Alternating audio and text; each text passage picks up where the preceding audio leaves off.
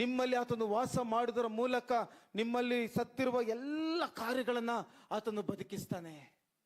ನೀವೊಂದು ತಿಳ್ಕೊಳ್ಬೇಕು, ನನ್ನಲ್ಲಿ ಕ್ರಿಸ್ತನಿದ್ದಾನೆ, ಆತನ ಆತ್ಮನಿದ್ದಾನೆ, ನಾನು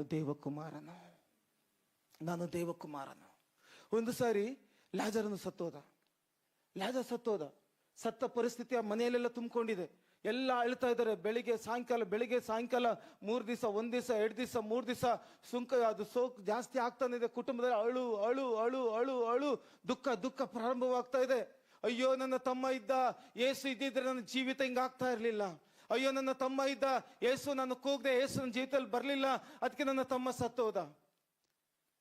ಅನೇಕ ನಾವು ಹೇಳ್ತೀವಿ, ಬ್ರದರ್ ಇಷ್ಟು ವರ್ಷ ನಾನು ನಂಬಿದ್ದೀನಿ ಬ್ರದರ್, ಆದ್ರೆ ನನ್ನ ಜೀವಿತದಲ್ಲಿ ಅದ್ಭುತ ಆಗ್ತಾ ಇಲ್ಲ. ಇವತ್ತಾಗುತ್ತೆ. ಯಾರೆಲ್ಲ ನೀವು ಕೇಳ್ತಾ ಇದ್ರಿ, ವಾಕ್ಯ ಮೇಲೆ ನಂಬಿಕೆ ಇಡ್ರಿ, ಈ ಯೇಸುವನ್ನು ನಿಮ್ಮ ಹೃದಯದಲ್ಲಿ ಬಲವಾಗಿ ರಿಸೀವ್ ಮಾಡ್ರಿ. ಆತನ ಆತ್ಮ ನಿಮ್ಮ ಜೀವಿತದಲ್ಲಿ ಸತ್ತ ಕಾರ್ಯಗಳನ್ನು ಬದುಕಿಸ್ತಾನೆ. ಇವತ್ತಾಗುತ್ತೆ 100% ನಿಮ್ಮ ಜೀವಿತದಲ್ಲಿ.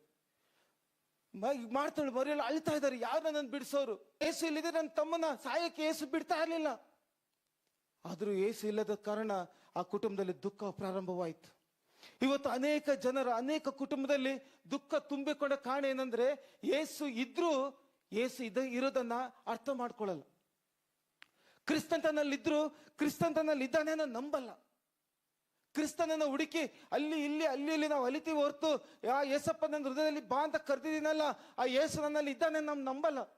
ನಂಬದ ನಿಮಿತ್ತ ಮಾಡ್ತಾಳು ಮರಿಯಳ ಹಾಗೆ ದುಃಖ ಮೇಲೆ ದುಃಖ ನಾವು ಪಡ್ತಾ ಇದ್ದೀವಿ. ಪ್ರತಿದಿನ ಸಾಲ ಬಾಧೆ ಪಡ್ತಾ ಇದೀವಿ, ಪ್ರತಿದಿನ ನೋವಿನ ಮೇಲೆ ನೋವು ಪಡ್ತಾ ಇದೀವಿ. ಆದ್ರೆ ನಿಮ್ಗೊಂದು ಗುಡ್ ನ್ಯೂಸ್ ಏನಂದ್ರೆ, ಆ ಯೇಸು ನಿಮ್ಮಲ್ಲೇ ವಾಸ ಮಾಡ್ತಾ ಇದ್ದಾನೆ. ಹಲ್ಲೆಲೂಯಾ. ಏನಾದರೂ ನೀನೇ